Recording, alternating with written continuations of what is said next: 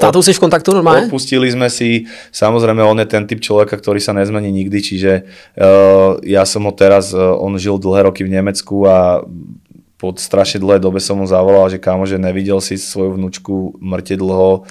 že prečo za ňou nedojdeš a blá blá blá, a povedal mi, že on tam proste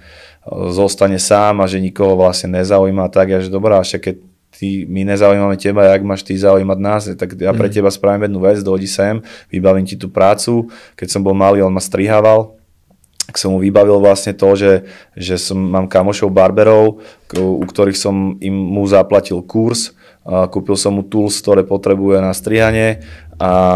prešiel tým kurzom, dneska je barber a je tu už si 2 roky, je tu naspäť na Slovensku a za tú dobu nás bol pozrieť 2-krát a to je 30 km od nás, vieš, čiže nezaujímajú ho vlastne asi jeho vnúčatá. Těžký to je. A asi ani ja, vieš, čiže a teraz prednedávno sme si o tom písali, povedal som mu to takto na rovinu, jak to hovorím aj tu, že proste tento vlak už mu ušiel a